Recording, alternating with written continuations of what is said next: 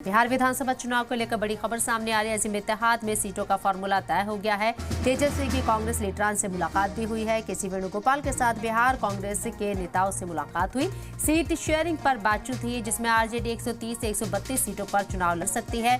कांग्रेस को यहां 54 सीटें मिल सकती है। वीआईपी को 18 सीटें मिल सकती है। तो महागठबंधन में सीटों का जो फॉर्मूला है वो लगभग तय माना जा रहा है, क्योंकि ये बड़ी मुलाकात हुई है। मीटिंग के बाद ये कयास आराई की जा रही है। जो अब तक निकल कर खबरें सामने आई, इसके मुताबिक आरजेडी 130 से 132 सीटों पर चुनाव लड़ सकती है। वहीं कांग्रेस को 54 सीटें दी जा सकती हैं।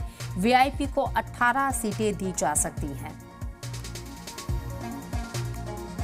2 फेज में बिहार चुनाव होने जा रहा है और ऐसे में महागठबंधन में सीट शेयरिंग को लेकर फॉर्मूला क्या होगा, इस पर सबकी निगाहें बनी हुई है। लगातार मुलाकात का सिलसिला जारी है। इस बीच ये जो मुलाकात हुई उसके बाद सीट शेयरिंग का जो फॉर्मूला है लगभग तय होता हुआ नजर आ रहा है। शिवाजी सरकार साहब सीनियर जर्नलिस्ट हमारे साथ फोन लाइन पर मौजूद है। सीधे उन्हीं का रुख करते। शिवाजी सरकार साहब, महागठबंधन जिसके ऊपर सबकी निगाहें थी, सीट शेयरिंग का फॉर्मूला क्या होगा?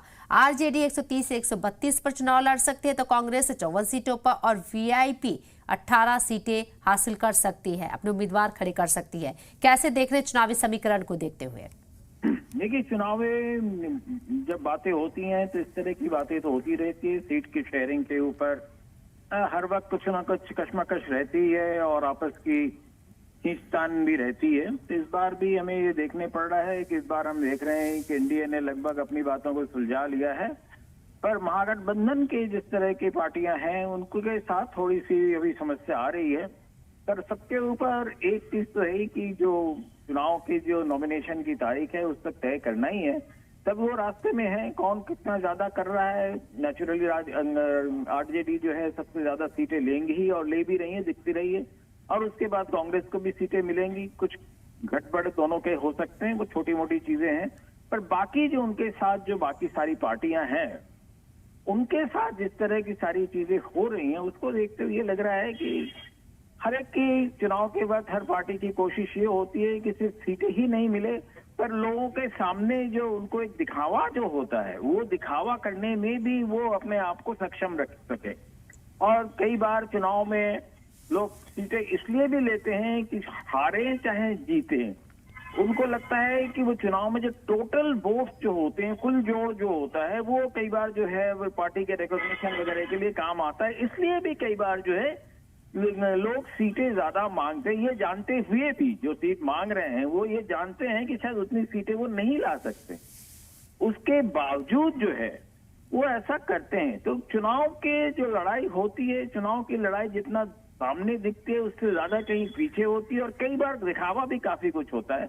और जो भी चीज हो रही है, मैं समझ रहा हूं कि ये सारी चीजों को सबको सुलझाना, और सभी को मालूम है कि बिना सुलझाए काम होना नहीं है। क्योंकि अगर बट शिवाजी सरकार साहब, आज ही सीट शेयरिंग का फॉर्मूला लगभग तय हुआ है और जो आंकड़े निकलकर सामने आए हैं, आरजेडी के लिए आज ही बड़ी मुसीबतें खड़ी होती हुई नजर आए। आरसीटीसी में जिस तरीके से इल्जाम तय किए गए हैं उसके बाद आरजेडी का मनोबल आप कैसे देखते हैं? और कांग्रेस को 54 सीटें देना, उम्मीद की जा रही थी शायद इससे ज्यादा सीटें होंगी।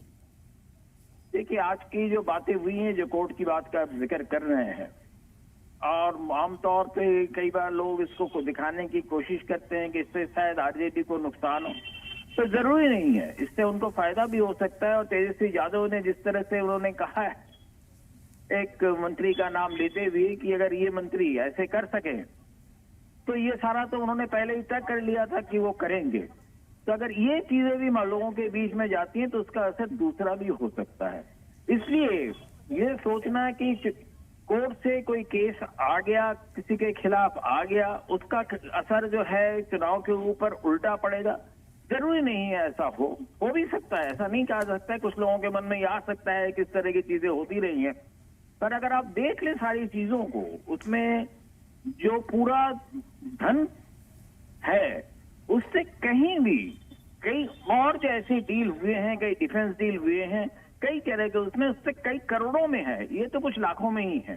तो इसलिए ये कहना कि इन सारी चीजों से किसी एक पार्टी को बहुत नुकसान हो जाएगा, मैं इसको नहीं मानता हूं। पर हाँ, ठीक है, परसेप्शंस हैं, ये चीजें हैं, पर ये जो है कई बार जो है उनके विरोधियों के लिए दूसरी तरफ से भी पड़ सकता है। चुनाव होता है और चुनाव में स्ट्रैटेजीज किस तरह से कौन किसका फायदा उठा ले, ये अभी से कहना मुश्किल है। जैसे जैसे 2-3 दिन बीतेंगे तब आप समझ जाएगा।